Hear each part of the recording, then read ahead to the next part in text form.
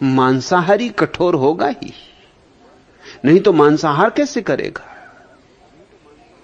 और जब कठोर होगा तो मनुष्यों के साथ भी कठोर होगा। अब कठोरता कोई नियम थोड़ी मानती, इसके साथ कठोर होंगे, उसके साथ कठोर नहीं होंगे। और जब कठोर होगा तो अपनों के साथ भी कठोर होगा, परायों के साथ ही थोड़ी कठोर होगा।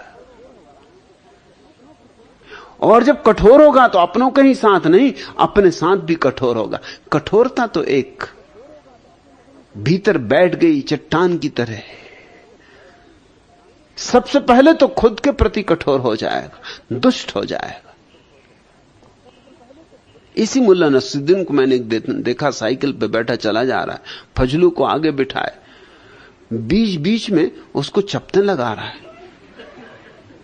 मैंने रोका, मैंने कहा कि नसरुद्दीन, खैर उस दिन तुम बोले थे कि इसका 2 दिन बाद परीक्षा फल निकलने वाला है, अब कौन सी मुसीबत आ गई और तुम रह रह के इसे मार रहे हो। नसरुद्दीन ने कहा क्या करूं, साइकिल में घंटी ही नहीं, बेटे से घंटी का काम ले रहे हैं। सो बेटा रो रहा है, वो उसको चपटे लगा रहे हैं। जैसे उनको भीड़ हटानी होती चपत लगा देते हैं, बेटा रोने लगता है।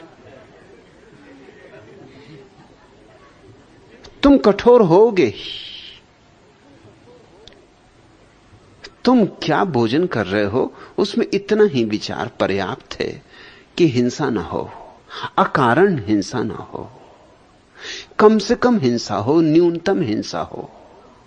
जितना हिंसा से बचा जा सके शुभ है, ताकि तुम्हारी कोमलता नष्ट न हो जाए।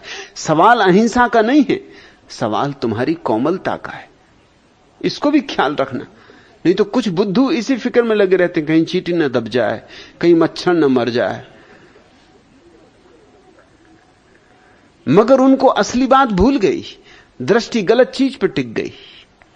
असली बात इतनी है कि तुम्हारी कोमलता न मर जाए, क्योंकि तुम्हारी कोमलता के द्वार से ही सत्य का पदार्पण होगा। तुम जितने कोमल होगे उतनी ही संभावना है कि तुम्हारे भीतर आनंद का गीत उठे, उत्सव जगे,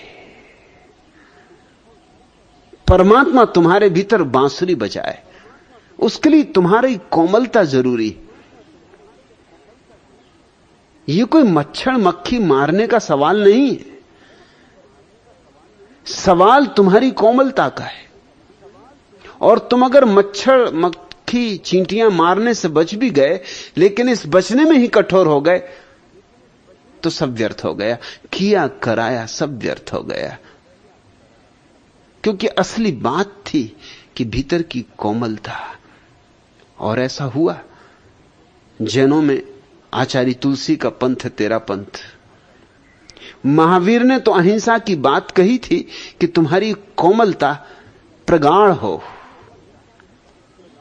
लेकिन महावीर की ही परंपरा में पैदा हुआ तेरा पंथ कहता है अगर तुम रास्ते से जा रहे हो और कोई प्यासा मर रहा हो तो उसे पानी मत पिलाना, क्योंकि तुमने अगर उसे पानी पिलाया तो तुम उसके कर्म में बाधा डाल रहे हो। कर्म फल भोग रहा है वह। पिछले जन्मों में सावन के महीने में बैंगन खाई होगी, वो अपना कर्म फल भोग रहा है, न खाता बैंगन न इस तरह के फल भोगता, वो अपना कर्म फल भोग रहा है। तुम बाधा डाल रहे हो पानी पिला के, तो तुम उसके कर्म फल को आगे सरका रहे हो। फिर कल भोगेगा, फिर परसों भोगेगा। तुम उसके जीवन में उलझन खड़ी कर रहे हो, तुम कोई अच्छा काम नहीं कर रहे हो। यह मत सोचना कि तुम सेवा कर रहे हो, ये तो भूल के मत सोचना। तेरा पंथ में सेवा का निषेध है, क्योंकि सेवा का अर्थ है हिंसा। तुमने बाधा डाल दी, ये हिंसा हो गई। और फिर और भी झंझटें। हिसाब किताब लगाने वाले लोग कैसे कैसे हिसाब किताब लगा लिए, कहां से कहां निकल गए, कितने दूर निकल गए। अगर तुमने इस आदमी को पानी पिला दिया और ये बच गया, अभी मर रहा था, और बच के अगर समझो कि कल इसने चोरी की, कल का क्या भरोसा। चोरी करे, किसी की स्त्री ले भागे, जुआ खेले, किसी की हत्या कर दे, फिर उस सब के पाप के भागीदार तुम भी होगे। क्योंकि न तुम इसे बचाते, न किसी की स्त्री ये भगाता, न तुम इसे बचाते, न ये चोरी करता, न तुम इसे बचाते, न ये हत्या करता। तुम्हारे बचाने ने ही तो सारी चीज के लिए शुरुआत करवा दी, बीज बो दिए। तुम ही बीज बोने वाले हो, फसल में तुमको भी हिस्सा बांटना पड़ेगा। इसलिए सावधान। तेरा पंथ कहता है कि चुपचाप अपने रास्ते पे चलते चले जाना। वो लाख चिल्लाए पानी पानी, तुम सुनना ही मत, ऐसी झंझट में पड़ना मत। उसको भी कोई लाभ नहीं है तुम्हारे पानी पिलाने से, उसको प्यासा मरना ही पड़ेगा। जितना कर्म किया है बुरा, उतना फल भोगना ही पड़ेगा। और तुम नाहक अपने जीवन को बिगाड़ लोगे आगे के लिए। पता नहीं अब ये क्या करे, बच जाने के बाद क्या ना करे। इसलिए चुपचाप अपनी राह पे चले जाना। कल्पना भी महावीर ने न की होगी कभी कि मेरी अहिंसा की दृष्टि का ऐसा अर्थ भी हो सकता है। अर्थ नहीं कहेंगे इसे, अनर्थ कहेंगे। मगर उदार जिनके जीवन है, उदार जिनकी जीवन दृष्टि है, उनसे अनर्थ ही हो सकता है। चंदूलाल डब्बू जी से कह रहे थे, डब्बू जी कल जो तुम मुझसे छाता ले गए थे वो वापस दे दो भाई। डब्बू जी ने कहा, क्या तुम्हें वह अभी चाहिए? बिल्कुल अभी चाहिए, उसे तो मेरा मित्र मुल्ला नसरुद्दीन ले गया है। चंदूलाल ने कहा, छाता मुझे तो नहीं चाहिए डब्बू जी, पर जिससे मैं लाया था वह कह रहा है कि उसने जिससे छाता लिया था वह लेने के लिए उसके घर पे आके खड़ा हुआ है। यूं उधारी चल रही।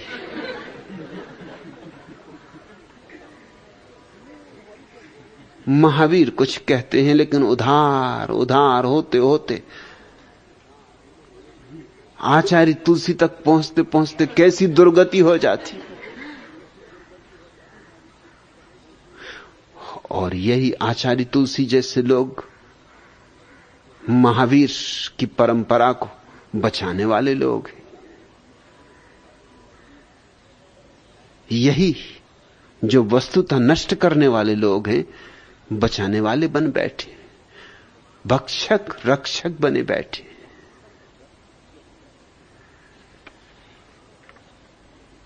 आहार की जरूर विचारणा होनी चाहिए, क्योंकि तुम मनुष्य हो। तुम चुनाव कर सकते हो क्या खाना क्या नहीं खाना, क्या पीना क्या नहीं पीना। बस इतना ही सूत्र ध्यान रहे कि किसी को अकारण कष्ट ना हो, क्योंकि कष्ट दोगे तो कठोर हो जाओगे, कठोर हो जाओगे तो बंद हो जाओगे, बंद हो जाओगे तो परमात्मा को पाना असंभव है। फूल जैसी कोमलता चाहिए ताकि परमात्मा तुम पर यूं उतरे जैसे सबनम की बूंदें सुबह फूल पर जम जाती, जैसे ओस के मोती फूल की कोमल पखड़ियों पर चमकते। ऐसा तुम पर वह जो दिव्य अवतरण संभव हो सके। मगर फूल की पखड़ी चाहिए, फूल जैसे रहना, और भोजन को ही सम्मत समझ लेना। आहार बड़ी चीज है, बहुत बड़ी चीज है। बुद्ध ने अपने भिक्षुओं से कहा, आंखों को नीची करके चलो, 4 फीट देखो, बस इतना काफी है। चलने के लिए इतना काफी है। 4 फीट आगे देख रहे हो, इतना बहुत है। लेकिन तुम तो सारे पोस्टर पढ़ रहे हो सड़क के किनारे लगे।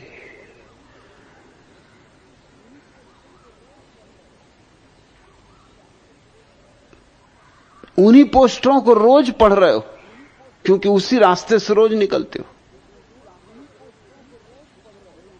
वही हमाम साबुन है, वही पहलवान छाप बीड़ी, वही 4 मीनार सिगरेट।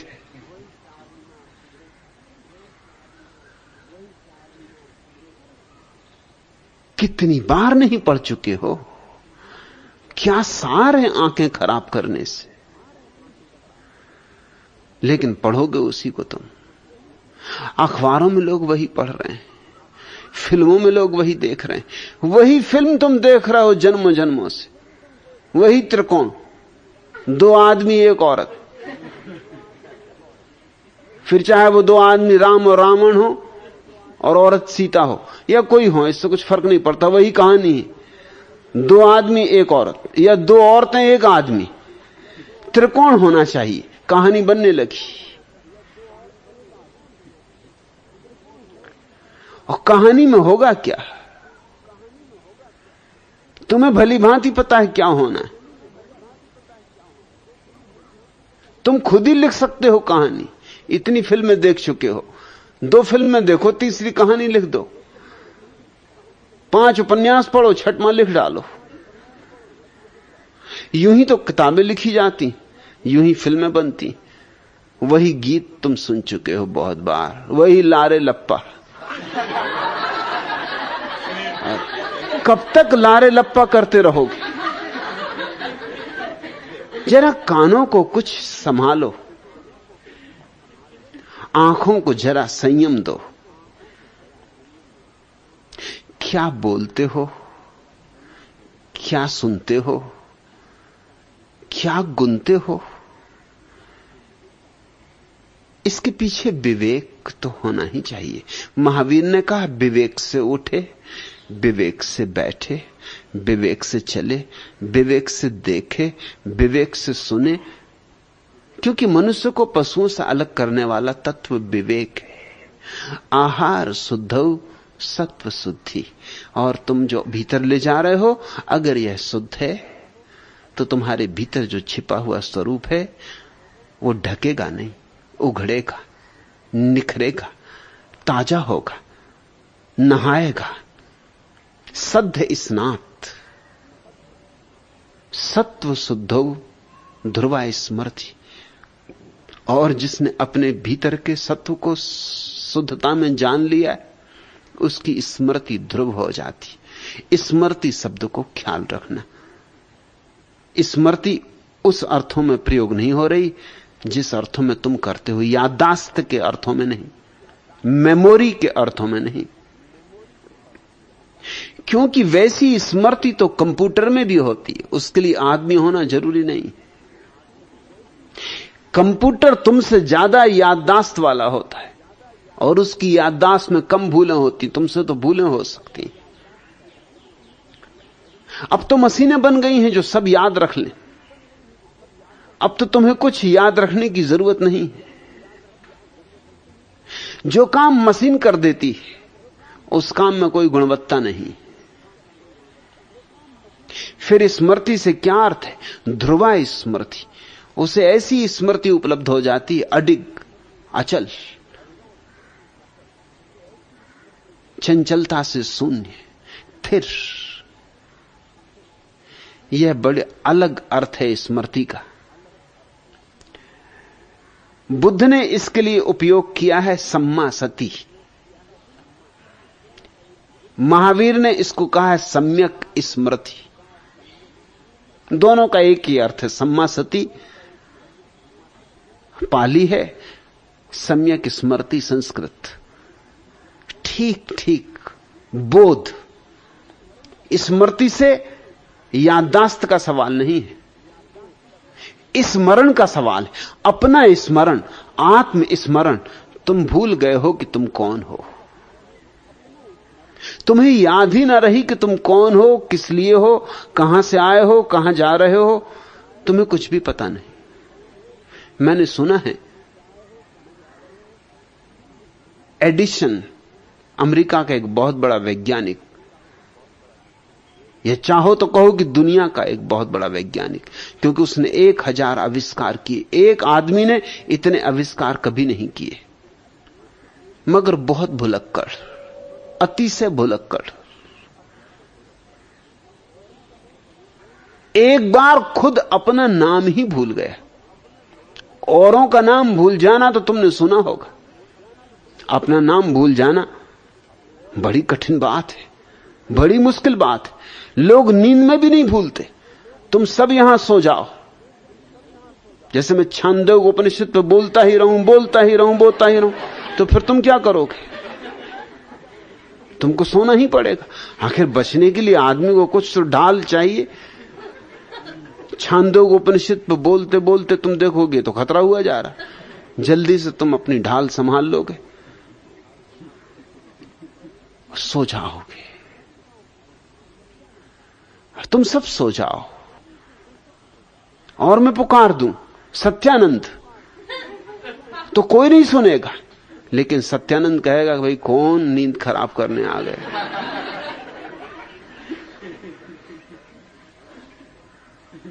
क्यों परेशान कर रहे हो?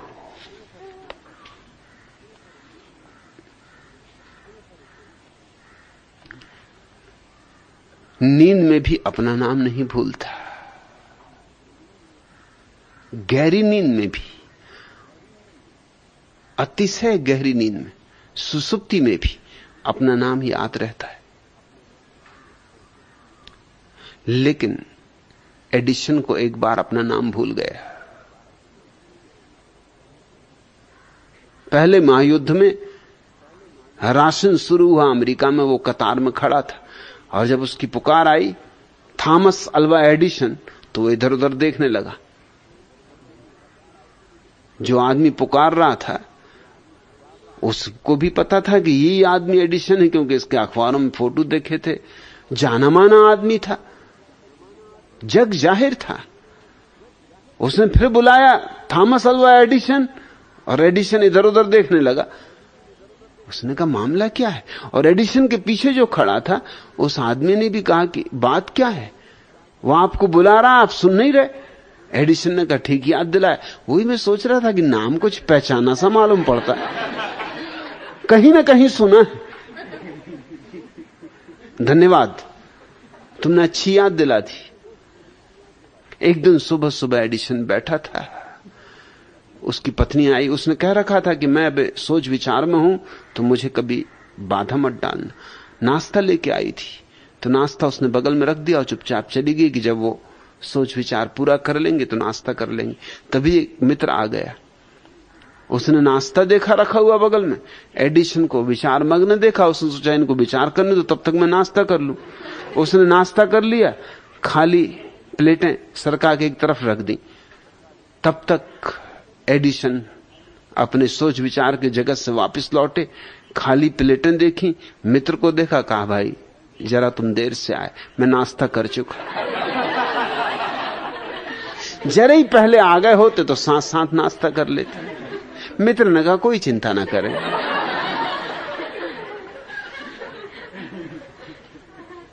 मित्र बहुत हैरान हुआ, उसे भरोसा नहीं आया कि हद हो गई।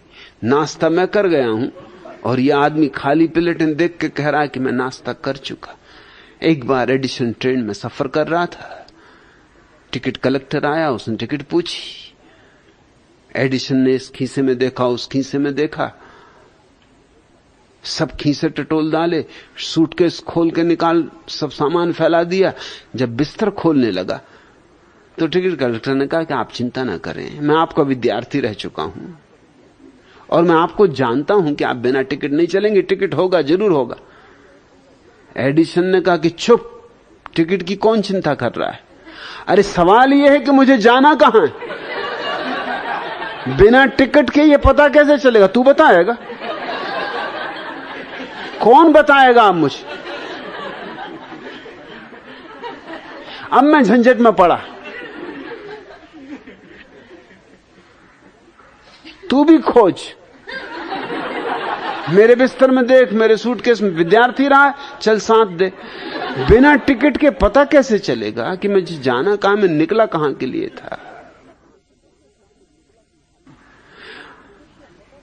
हमारी हालत यूं ही है। तुम्हें भी पक्का पता नहीं कि तुम कौन हो, और जो नाम तुम सोचते हो तुम्हारा है वो तो तुम्हारा है नहीं, वो तो दे दिया है, वो तो लेबल लगा दिया औरों ने, वो कुछ और लगा देते। सत्यानंद न कह के मैं इनको नित्यानंद नाम दे देता, फिर ये नित्यानंद ही हो जाते। अखंडानंद हो जाते, मुक्तानंद हो जाते, कुछ भी। इनके भाग्य में कुछ ना कुछ होना बदा था। कोई ना कोई नाम जरूरी है, मगर नाम तुम्हारा अस्तित्व तो नहीं है। स्मृति का अर्थ है उसकी स्मृति जो मैं हूं, जो मैं लेकर आया हूं इस जगत में, जो मेरे भीतर चैतन्य का स्रोत है, वह क्या है, कहां से मैं आ रहा हूं और किस दिशा में मेरी गति हो रही है, मैं क्या कर रहा हूं इस क्षण। उससे कोई संबंध है मेरे आने जाने का या नहीं, या व्यर्थ की बातों में उलझ गया हूं। जाना कहीं और था, चल पड़ा हूं कहीं और, पहुंचना कहीं और है, दिशा पकड़ ली है कोई और। यही तो दुख है हमारा। सारी पृथ्वी दुखी लोगों से भरी है। क्या है दुख? इतना ही दुख है कि हम वह कर रहे हैं जिसका हमारे स्वरूप से कोई तालमेल नहीं। सुख का अर्थ होता है जीवन की ऐसी चर्या जिससे हमारे स्वरूप का तालमेल हो, और दुख का अर्थ होता है ऐसी चर्या जिससे हमारे स्वरूप का कोई तालमेल ना हो। और आनंद का अर्थ होता है ऐसा जीवन जो हमारे भीतर के छंद के साथ बिल्कुल एक रूप हो, तालमेल ही ना हो, एक ही हो जाए। जिस क्षण हम इस जगत के धर्म को अपने भीतर के धर्म के साथ निमज्जित कर लेते, इसमें डूब जाते हैं और इसे अपने में डुबा लेते हैं।